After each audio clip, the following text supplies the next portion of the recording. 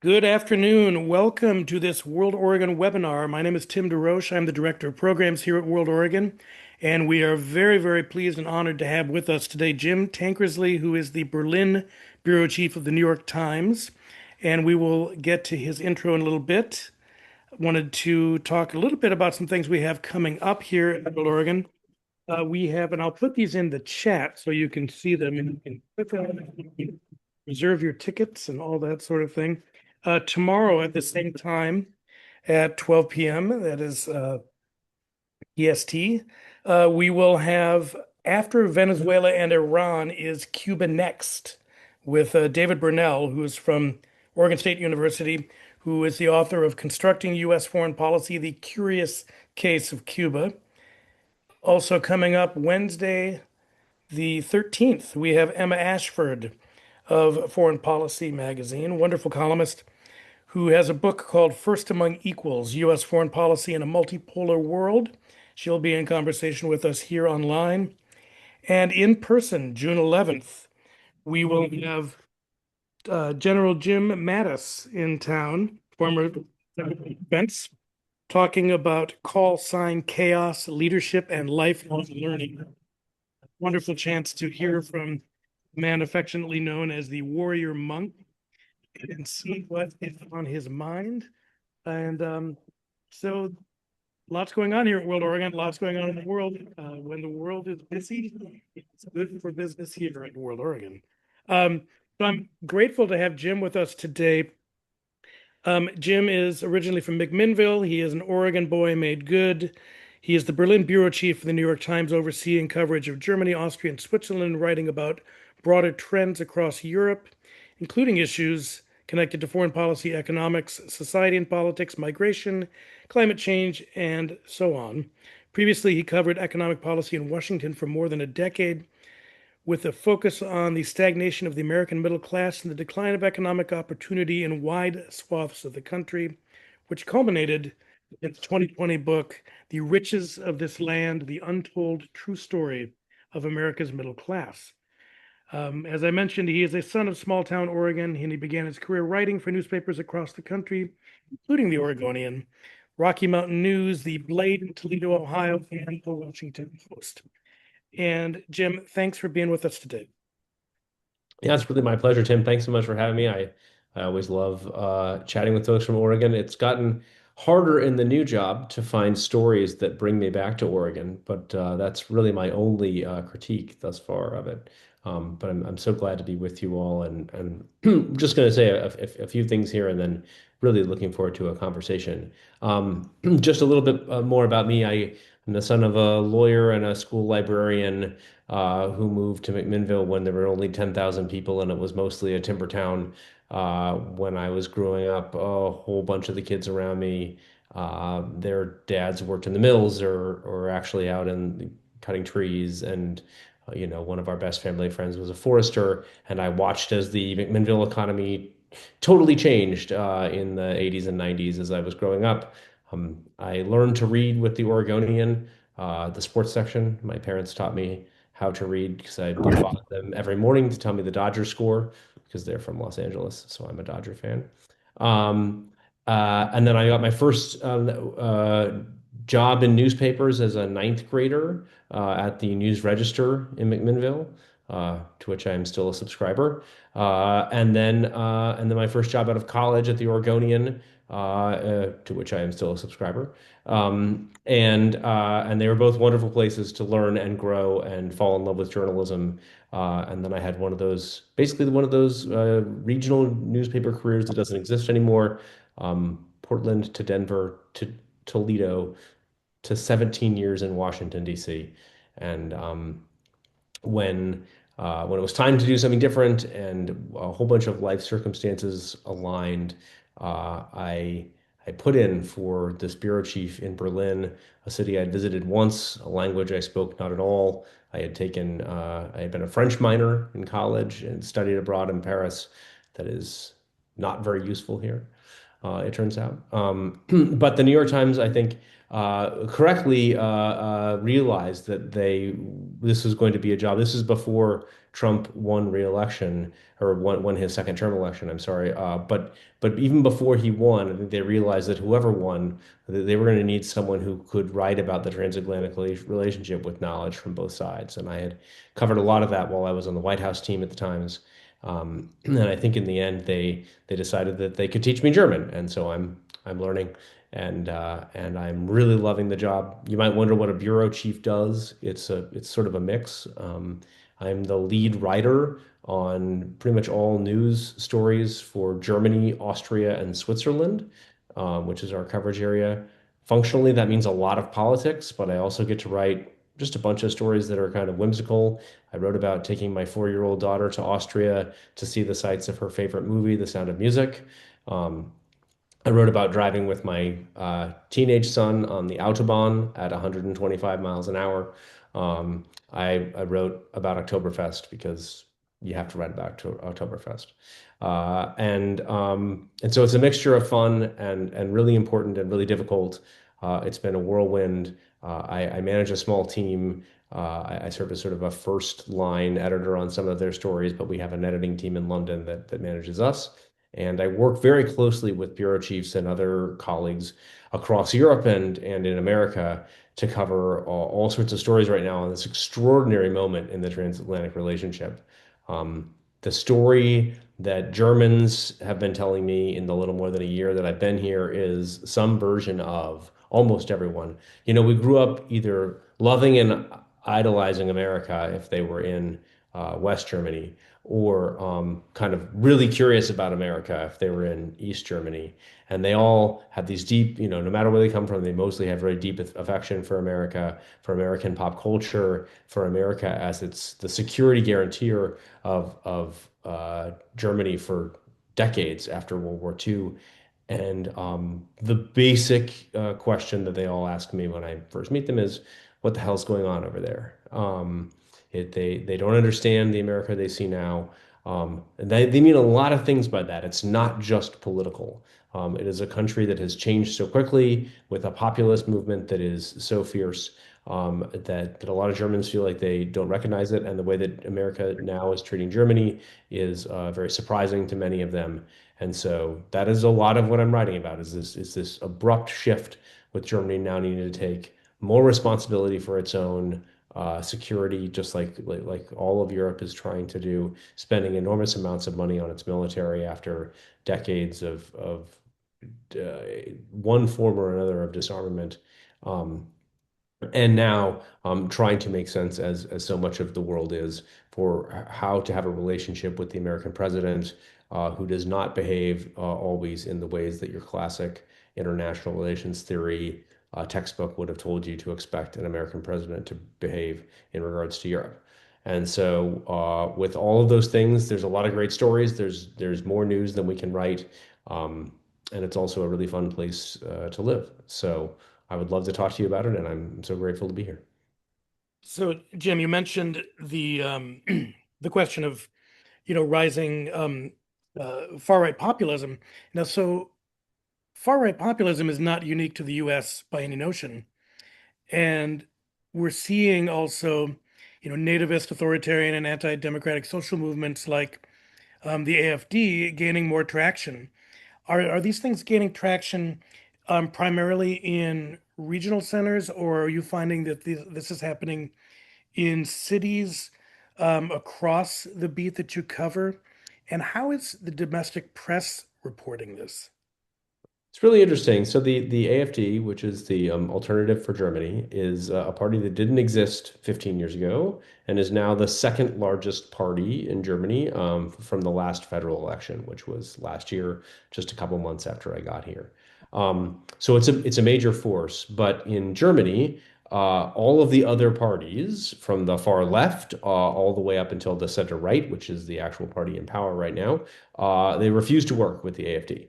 And so they call it the firewall. It's a thing that's been in place in German politics since the end of the Nazi era in an effort to keep what the Germans consider to be anti-democratic parties out. And I think there's an interesting distinction in Europe right now between some parties that are just very conservative on certain issues, and other parties that are both conservative on certain issues, but also display sort of affection for authoritarians and that in the case of the AfD, German intelligence accuses of all of these things that the Germans say undermine democratic institutions.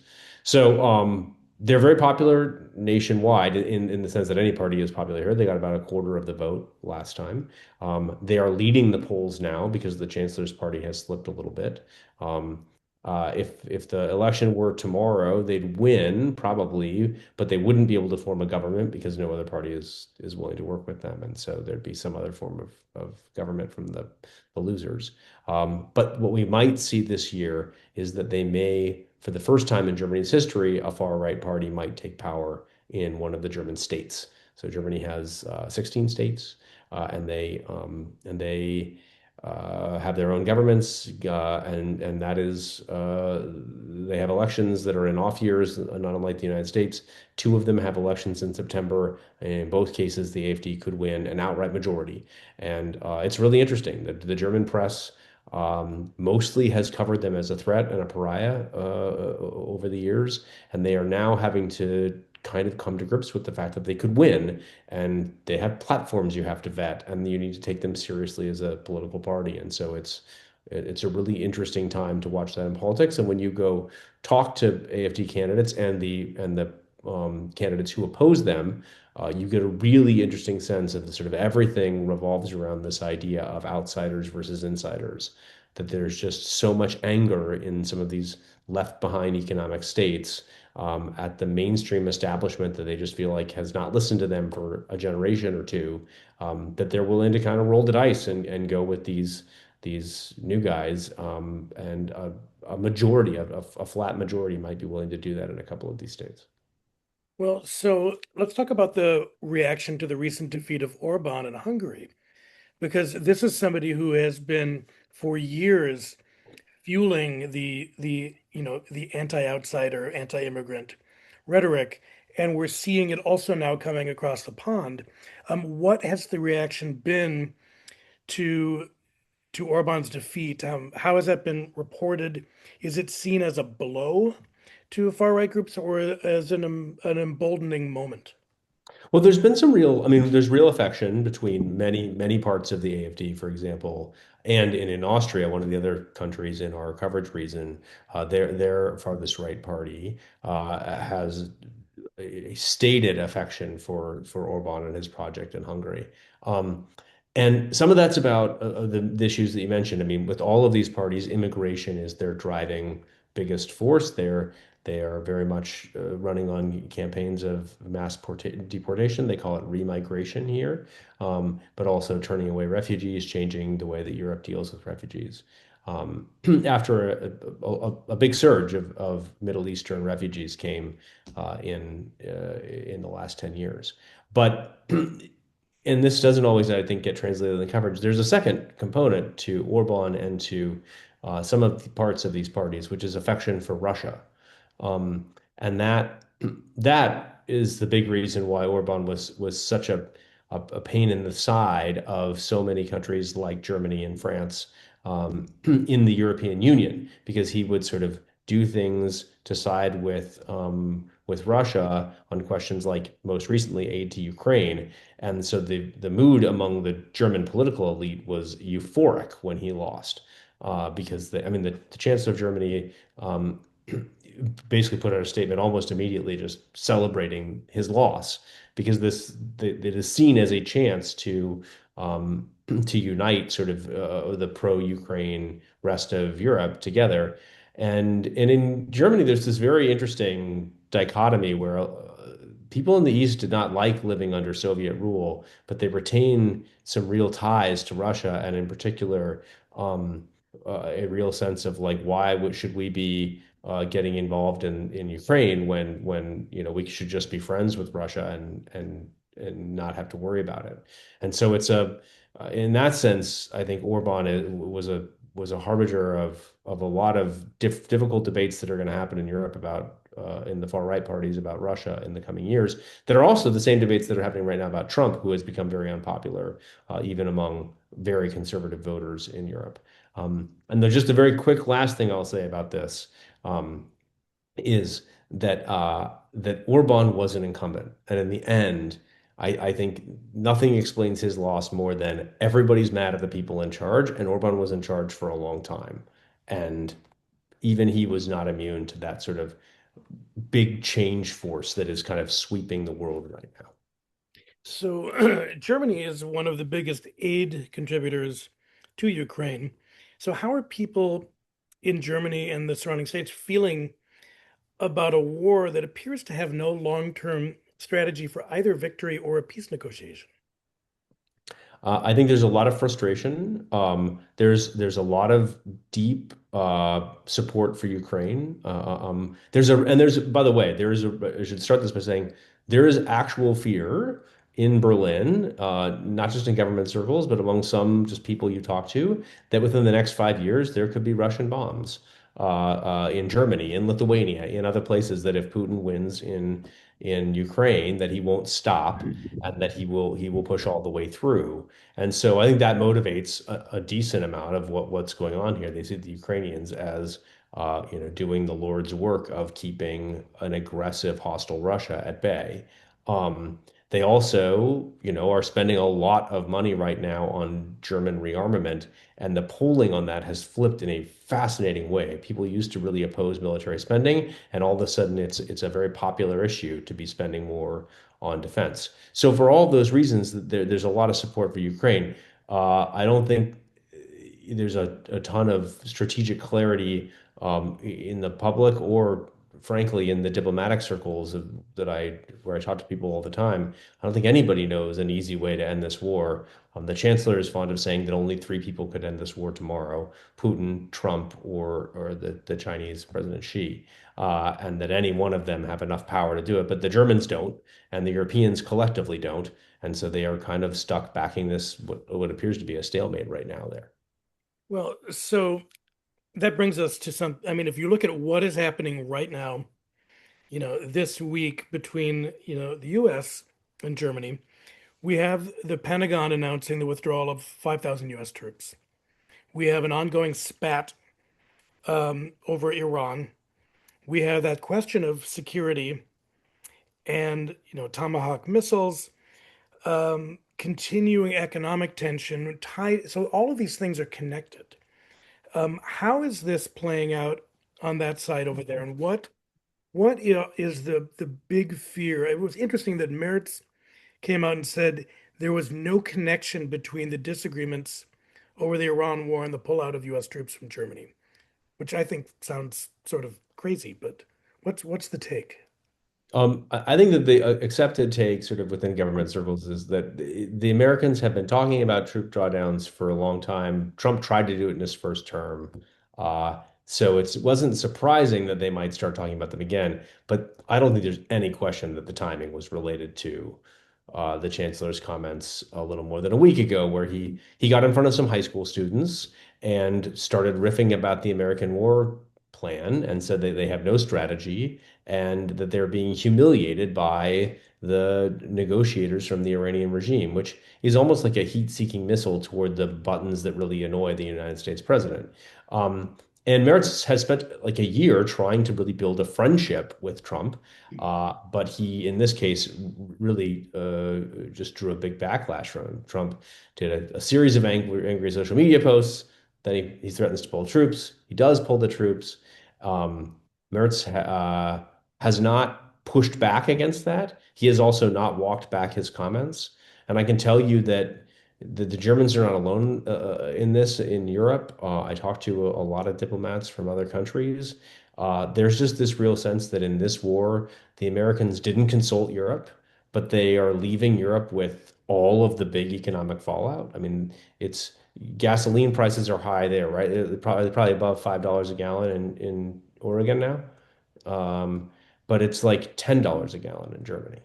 And the other fallout, economic fallout, is really bad. And so their view has been, if you want our help, which Trump does in the Strait of Hormuz, you need to give us a voice in how this war is conducted. And the Americans don't really have any intention of doing that. And so it's a lot of frustration, I think, within Germany right now about this. Perhaps that is what bubbled over with this comment that led to the troop withdrawal. But weirdly, the troop withdrawal is not like a panic moment here. It's those troops are kind of as much or more for America in Germany than they are for the Germans. It's not a big enough drop to, embolden Russia that, okay, suddenly we can make a run at the German defenses. What it might be, and it almost certainly will be if they do it, if they follow through, is an economic hit to the base communities that really depend on American military dollars, much in the same way that a base closure in the United States was a big hit to a local economy. But security-wise, they're not sweating it. Well, and so the pulling of troops in essence is not really the story. I know in some quarters people are saying it's the canceled military or the missile deployments and dwindling weapon stockpiles that are actually going to erode the foundations of NATO and deterrence. Is I that mean, is that's a fear. It's a fear because these missile battalions sort of were meant to deter Russia's own medium range missiles.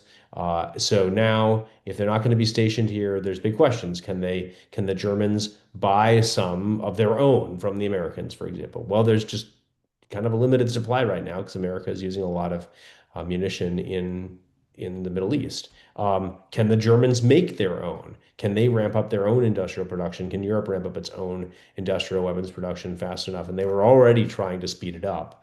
And they have very ambitious targets for how fast to be able to sort of create and manage a lot of their own weapon stockpiles. But they're going to be dependent on America for important things for a long time.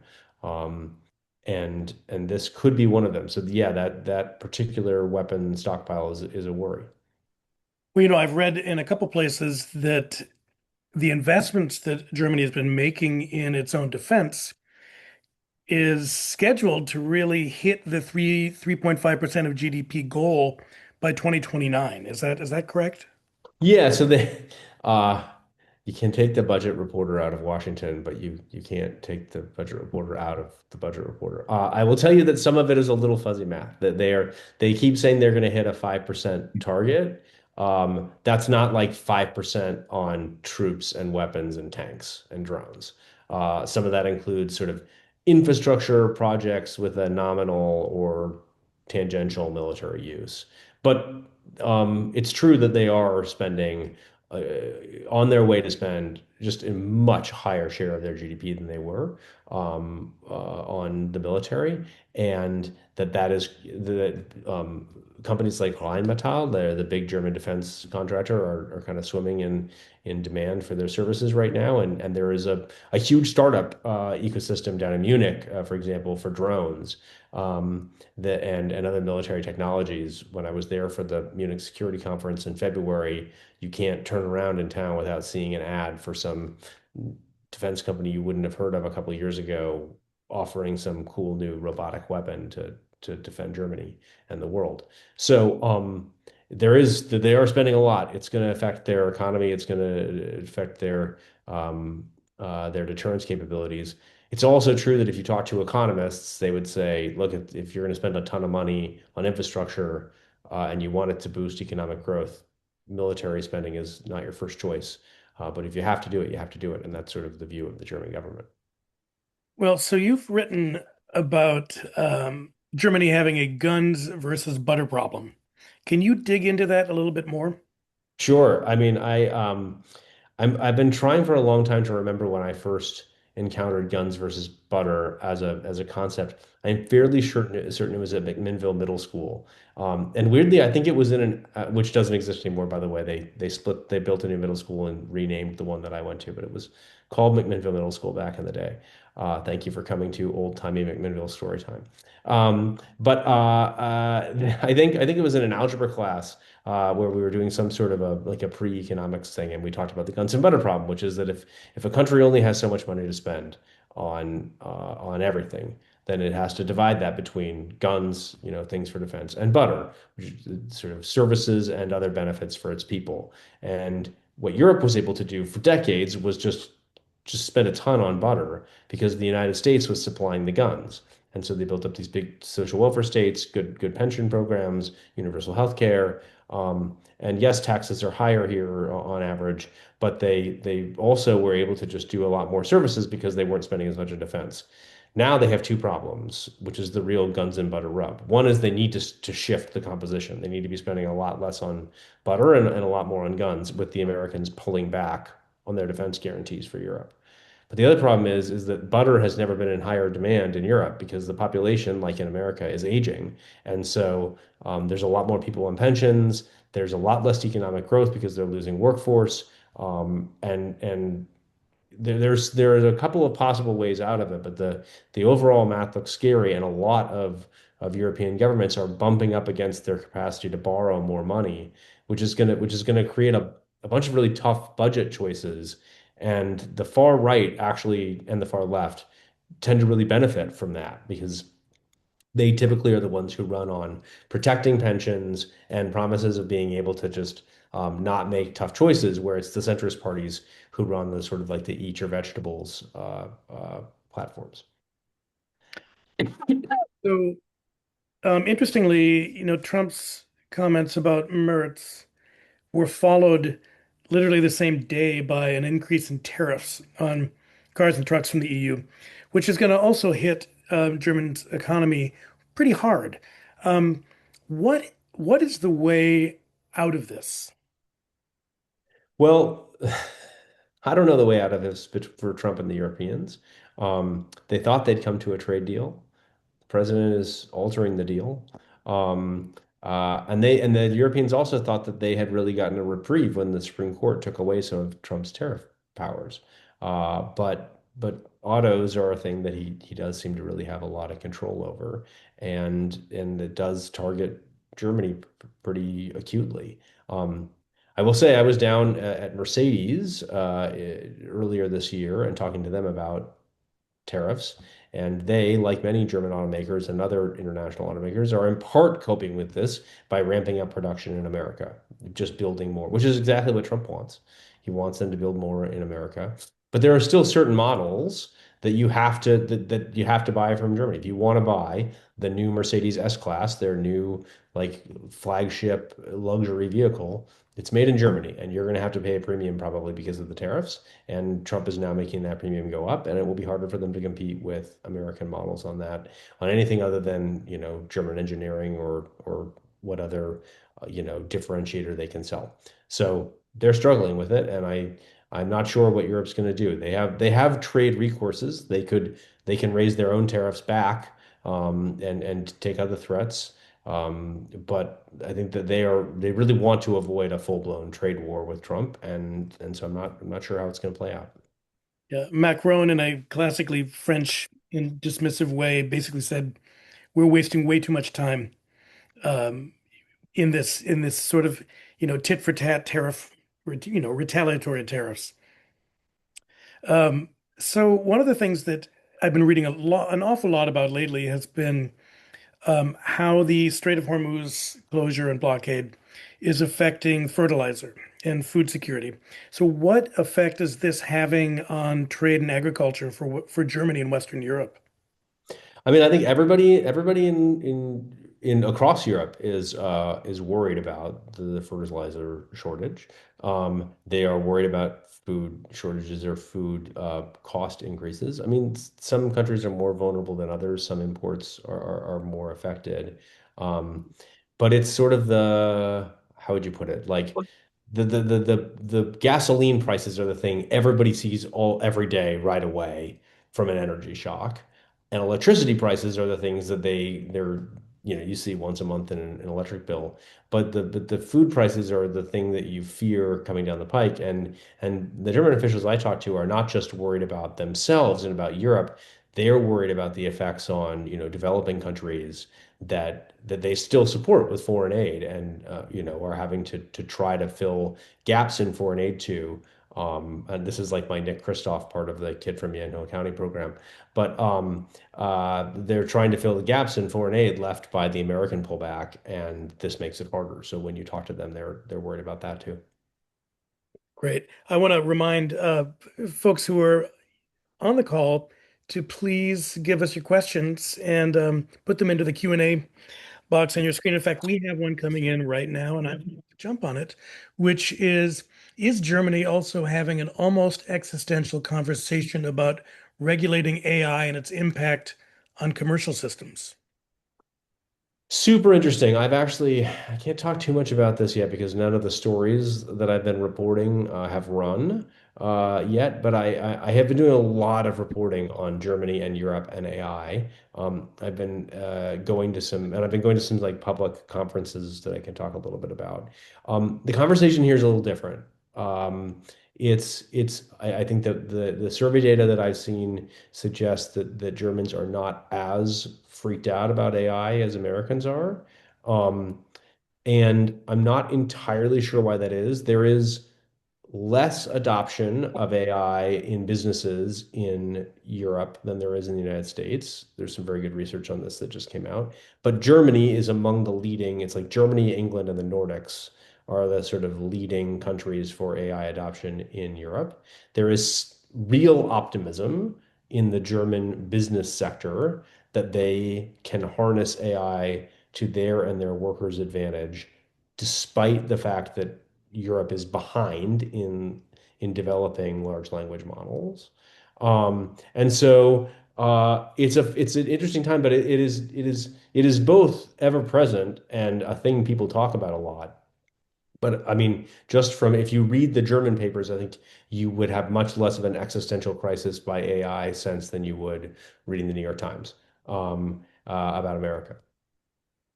We have a journalist popping in to ask a question, Peter Wong, who wrote for the Portland Tribune. It's been more than 3 decades since German reunification. Are there still noticeable differences between East and West? Hi, Peter. What a great question. I honestly could not have coordinated that better. And we didn't coordinate that. I uh, I think it's the number one thing I underappreciated when I got here, just how much the legacies of reunification remain a dividing line in German life. If you look at a map of German politics, my colleague Chris Schütze did this amazing piece right after the German last federal election in last February. That just was a map of the parties like we would have with a red blue states map, but there's more colors because there's more parties. And if you looked at where the AfD did well, which is blue, confusingly in German politics, the it's just a map of East Germany. I mean, there's just this really deep fissure along the old east-west lines.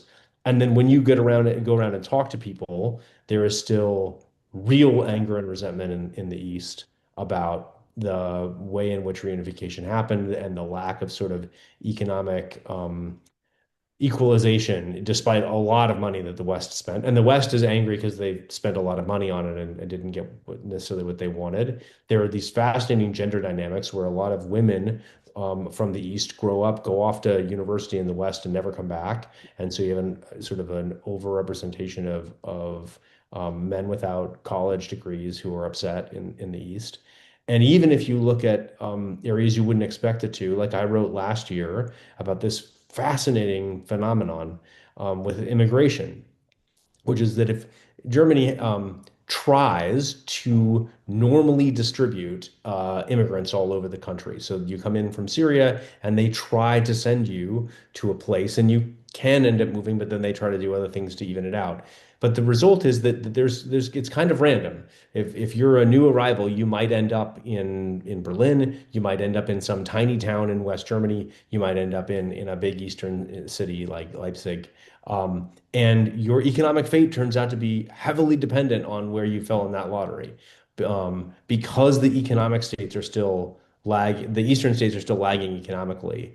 If you are an immigrant who gets sent to the east, you earn less money and you are much more likely to face anti-immigrant sentiment from existing native-born Germans. Whereas if you are sent to the more prosperous West, you're much more likely to make more money and to find sort of a warmer welcome. And I just found like it's wild to me that someone could arrive from Syria, from the midst of a civil war, into a country that's been reunified for 30 years and still find that legacy of those divisions determining their economic fate. Well, in many ways, it's not unlike when you look at the maps of Brexit. Right. Yeah, Now, are you seeing, I mean, there's a lot of discussion in this country about the sort of disenfranchisement, the isolation of young men. And, we've got this notion of the attention economy that everyone is worried about. And are you seeing a sort of radicalization or a sort of online disenfranchisement of young men who are being drawn into these both far right and economic sort of groups and movements? yeah, there's definitely worry about that. Yeah. I mean, the short answer is yes. I think that that is a global phenomenon that has, you know, is very big in America, obviously. But yeah, there is some of that here. I think it's like everything, there's complications to it, but yeah, there is this just sort of general, what is the internet doing? What is how are we going to help these men? Now, Germany does have a lot of blue collar jobs left. It has a much higher share of manufacturing employment still in the United States. It has, an educational system that shunts people into either a college track or a vocational track, and the vocational track can very often lead you in a good paying job, lead you to a good paying job. So, I mean, there is, in some ways, it's a country kind of better built to help young men like that kind of get out of whatever trap they're in. But that doesn't mean it's working entirely. So after we're now two Munich security conferences in. What is the current view from the Berlin Hauptbahnhof of the U.S. administration's approach? And do people there feel that they're maybe getting something right? Are they getting something wrong with regard to the transatlantic relationship? And is there any conversation about kind of moving more into a middle position or simply appeasing the U.S. approach? What are people thinking? The very quick run through is that everybody was shocked when JD Vance came in last year and sort of read them the riot act about not being nice enough to the far right. Then they felt better this year when Marco Rubio came in and did not do that. He still said some things they found quite confrontational, but he was much nicer about it. Um, and uh, and in the interim, they tried all the things that people tried with Trump in the first term, which is a lot of flattery, a lot of flying to the White House and saying nice things with him on camera, um, and they push back when they push back, and they've lost some patience. And certainly the war has changed a lot of the calculus for a lot of them. You've seen a lot more. You've seen Prime Minister Meloni in Italy see Trump sort of as a liability and push back on him. Keir Starmer is kind of seems fed up in Britain. Macron seems fed up. Um, but I think the big thing, I mean, and there's a lot of still delicate trying to figure out how do we deal with the Americans right now. But I think if there's one big thing that when you talk to people people who pay attention to global politics on the street and like sort of within diplomatic communities, like Mark Carney, the Prime Minister of Canada, came to Davos this year in Switzerland and gave this rallying speech for like the middle powers, which is sort of like, let's get all the B students together and form our own club, right? And we're gonna do it. We can be really powerful if we all get together. We may not be the biggest countries in the world, but together we're something. And there's a lot of envy of that. There's people loved that speech. And so I don't that's not the German approach right now, although they have tried to sort of stake out including merits in Munich, stake out some tenets of that, that we need to be stronger in Europe for our own defense, stronger economically to stand alone, less dependent on America, less dependent on China, which we haven't talked about at all, but is a real debate over here. And there is this sort of thought that like Carney did a lot of work for the people who wanted to make even incremental improvements in Europe, kind of standing up for itself, just by giving that speech in Davos. Well, interesting you said that about China because I was about to ask you a question about China, which was, are you seeing doors and windows opening for Western Europe to engage with China differently, with the US shifting its priorities and its leadership goals and sort of stepping back a bit? I mean, I think we've seen a little bit of a change in rhetoric, but the Germans at least have a very wary codependence still with the Chinese. They had enormous optimism about China after the turn of the century, and they spent a lot of German companies rushed into China, a lot of German brain power, and many of them felt like actually what happened was that they taught the Chinese to start making stuff better than they did, and then the Chinese kind of ushered them out of the country. And so when the German chancellor, went to China earlier this year, it was this like he had some kind of actual tough talk. We're not gonna we want to partner with you, but you got to play by the rules, basically. We got to agree on some rules. Um, but for German companies like Mercedes and many others who are operating in China, it's much harder for them to kind of make those declarations because they're still really hopeful in it as both an export market, but also as like an innovation lab. They are now really hoping that German companies can develop their next big breakthroughs in China and then export them to the world. And that if you're a multinational company, you see really big possibilities in America and really big possibilities in China that your politicians might be a little more wary of than you are. Well, and Germany has been really on the leading edge in many ways on things like green energy, clean energy, and China has become a very unlikely innovator in those areas as well. Is there opportunity for deeper partnership there? Yeah, I think so. I think, there are also the one thing that the chancellor talked about when he was over there was really trying to partner with the Chinese to secure access to critical minerals, for example, that you need for a lot of clean energy technologies. Um, Germany already has my college age son actually knows the stat exactly, but it's somewhere north of 60% of his electricity comes from renewables now. There are wind farms everywhere. There are solar panels all across the villages, up and down the country. If you ride the train, you look out the window and you just see solar panels everywhere. Um, they still have grid problems, they still have battery storage problems, and they still need base load, and they turned off their nuclear plants. So they're trying to figure out their full energy future, but they, of course, like much of Europe, just don't really have a homegrown energy source that is not renewables. And so finding great new energy technologies that are cheap and cost effective for industry and for homes is crucial for them. So we were talking earlier about the phrase that I had recalled, which is the Otto Normalverbraucher, which is, basically Joe Sixpack, the man on the street. How much time do you spend talking with ordinary, everyday Otto Normalverbrauchers about attitudes and perceptions of the US?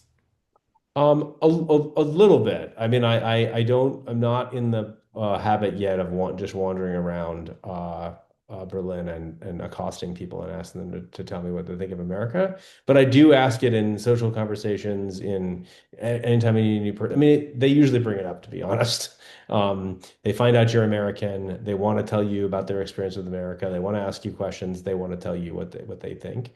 Um, that's true of like the people who, like the electrician who comes and installs your lights, which, by the way, you're not allowed to do here yourself, it turns out. Some sort of Berlin code. But also just like the people on the street, like at a birthday party. My daughter goes to a German preschool, which is called a Kita.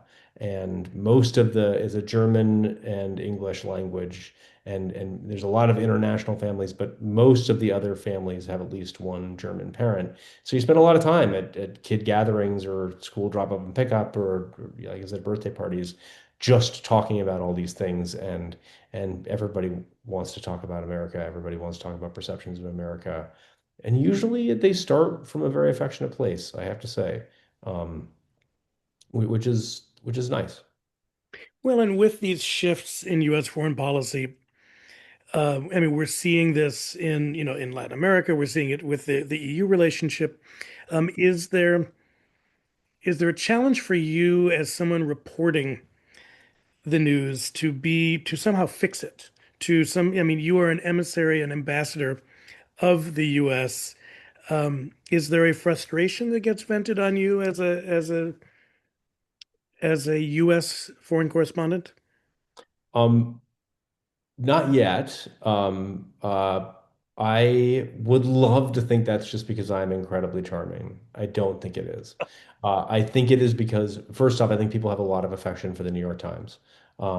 People know what it is and they respect it as a news outlet. Kind of, even I will tell you, like even the interviews we have with far right politicians, far left politicians here, people who might in their TikToks be very critical of the New York Times are very interested in the New York Times and would like to talk to you about it. So that's helpful. Um, but I also think that people are just they differentiate, that they whether they're talking about you or whether they're talking about Americans as a whole. I do occasionally get emails from people complaining about American tourists. I get emails from people complaining about American military personnel and the way that they conduct themselves. But in general, most of the critical emails I get from Germans about Americans are about the current administration. And in the same way that you might have gotten a lot of critical emails, about the Biden administration from some other countries last time around.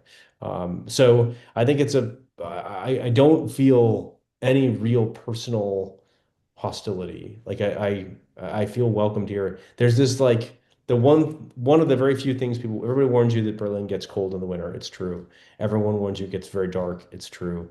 But everybody also is like, and Germans are very cold and unfriendly, and you won't make any friends. And that's not true. We've made a lot of German friends. We found Berlin to be a very sort of welcoming city, and I found that outside of Berlin, because to practice my German, you sometimes have to leave Berlin because there's a lot of English spoken in Berlin. And so early on, I would go, before my family came over to join me, I would go on weekends to soccer matches in like places outside of Berlin just to force myself to practice my very basic German. And people couldn't have been nicer, even if they laughed a lot at my lack of vocabulary. Well, Gemütlichkeit is a real thing, even if it sounds like a scary thing when you see it and you read it.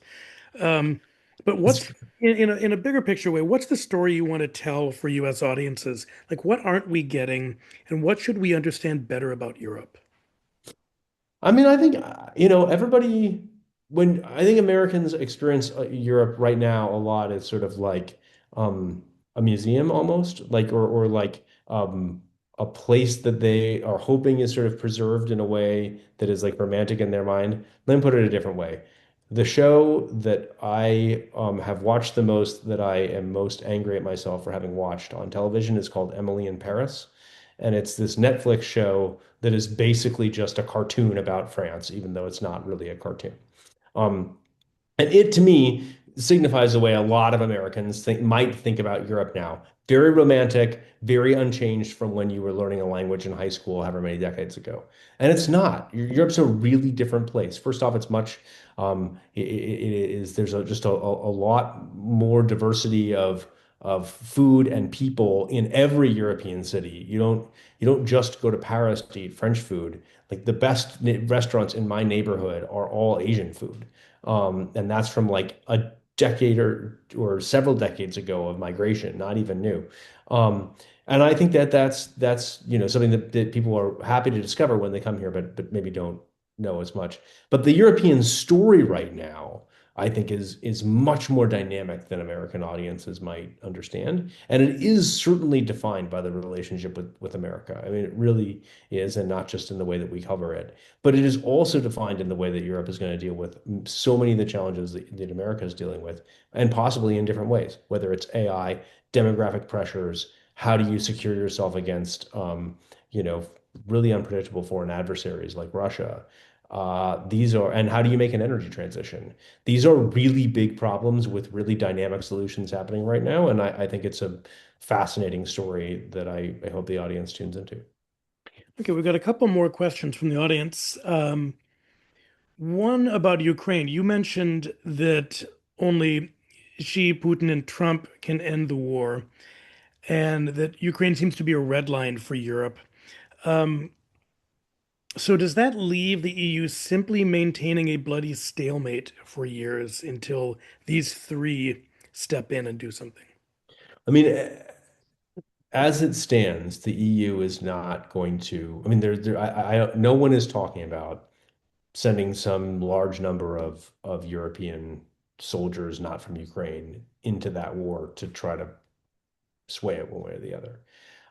There is technology transfer, although the Germans really seem to be now learning as much from the Ukrainians as the Ukrainians are learning from them. And Ukraine is basically reinventing modern warfare on the fly with its drone technologies.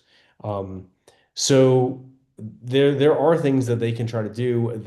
The more optimistic of the Europeans would argue that if they can get the formula right, they really can put enough economic pressure on Putin to change the calculus in the war. A lot of economists and analysts that I talk to are skeptical of that. Like there's been, 20 sanctions packages. They have not fully changed the calculus yet. So it's both hard to see how it's not a bloody stalemate right now, absent intervention from another great power, but it's hard to imagine Europe just allowing it to be like that for 5 more years.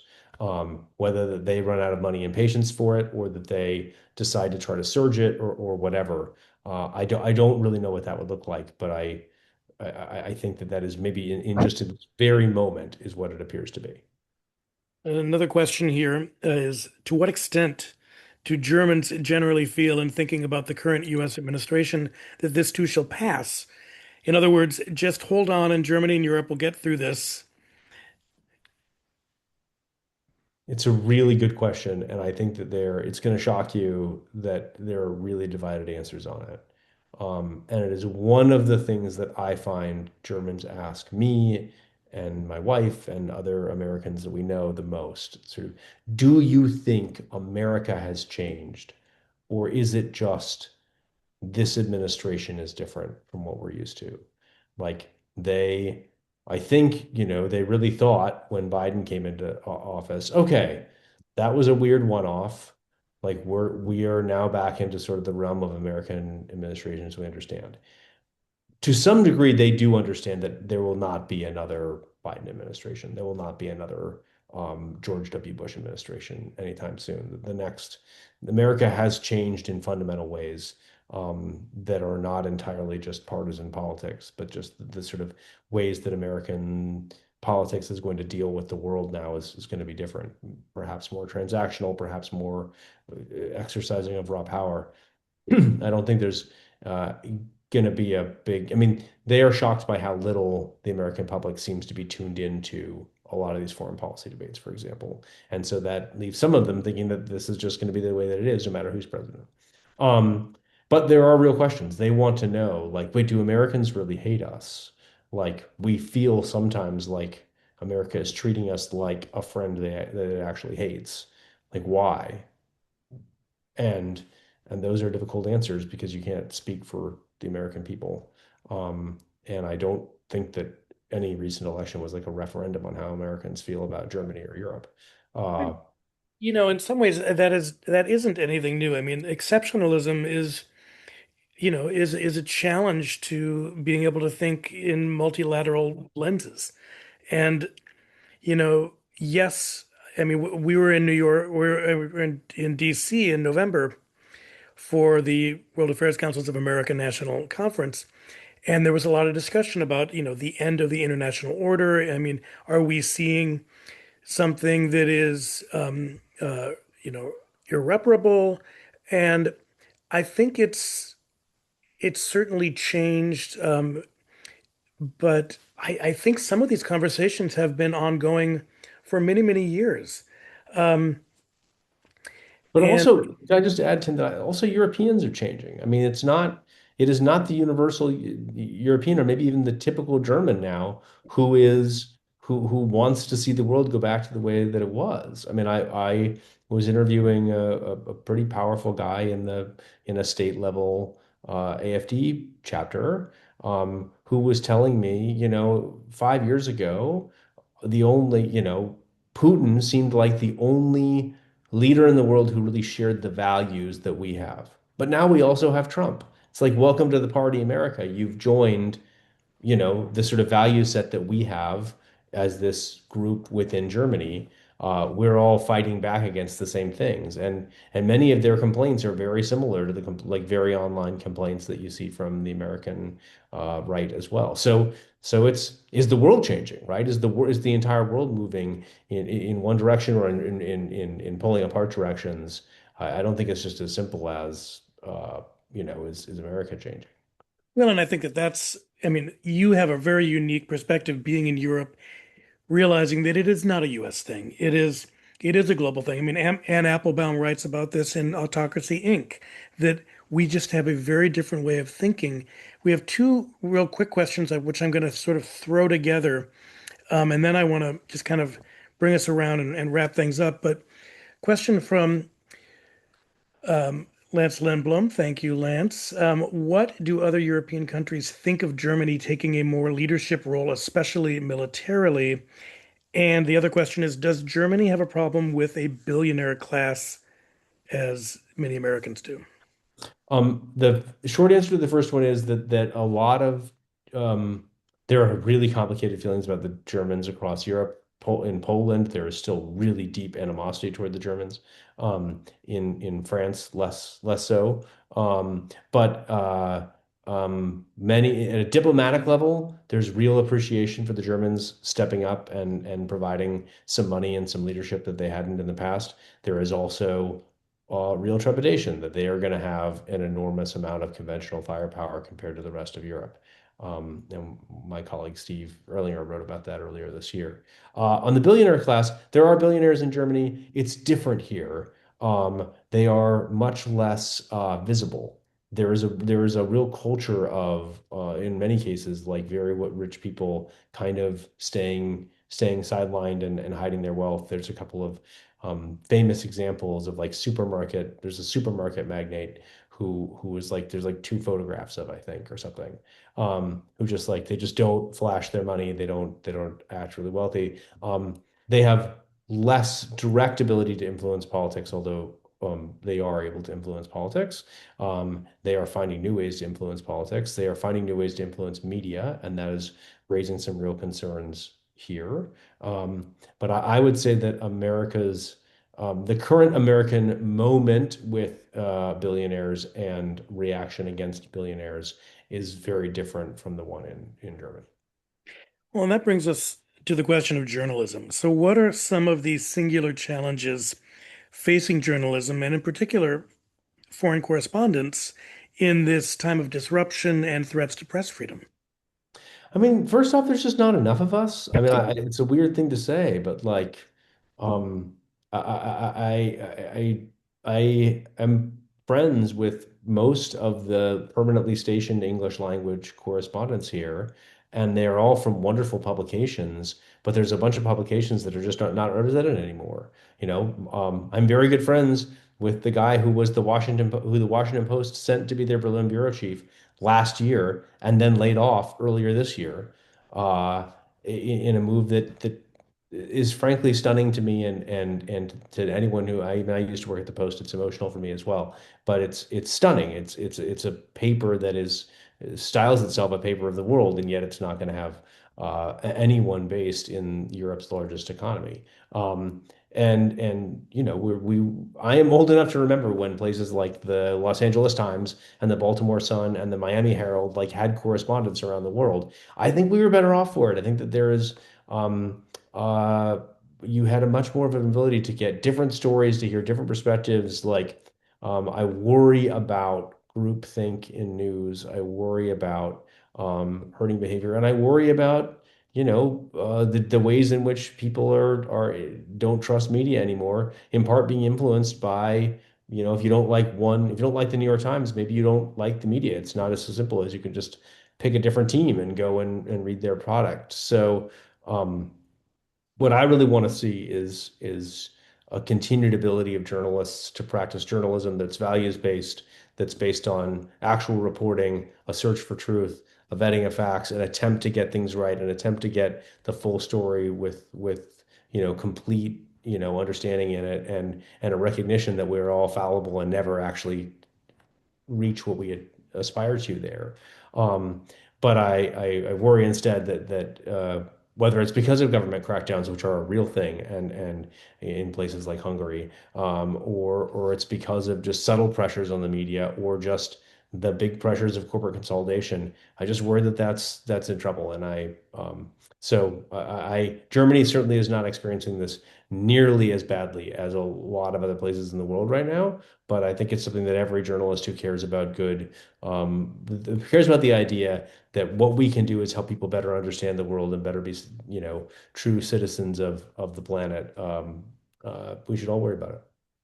Well said. Thank you. So, in your book, Riches of the Land, you took readers on a cross-country tour from urban to rural centers during the pandemic and dug into both the origins and the decline of the American middle class. So, are you working on any kind of a follow-up to that, and how might your time reporting abroad shape a story you might tell? At the moment, I have a new job. I'm trying to learn a language, and we have a 4-year-old and a 1-year-old, and so it makes it a little bit tricky to work on a book. So I'm not working on the sequel right now, but I'm keeping notes. I'm keeping string for whatever might come of this. I do think that there is a continued story, deep and important story about the experiences of working people, and which will be changed again by AI, to be very honest. And this basic idea, the premise of the book is, um, first off, that women and men of color, and not just white guys, actually built the American middle class. And second off, that the reason for that is because economies do the best when we get the best out of everybody. We want you to do what you're best at. We want a world in which, an economy in which people's talents are maximized. And you see lots of places across Europe right now where that's not true. And you see lots of places across America still where that's not true, and lots of reasons why there could be a good book continuing to explore those themes and all the ways in which they do or don't fit into our political moments right now. Great. Um, Thank you. Thank you, Jim Tankersley. Thanks, Uh, Tim. I hope Berlin is treating you well. I want to thank our audience for tuning in and asking some really great questions. I put Jim's website into the chat. You can find more information on his book, which I would encourage you to read. We have a lot coming up at World Oregon, worldoregon.org. You can find events and happenings every month. And we will see you for the next one coming up. Be safe, be well, and we'll see you soon. Thanks all.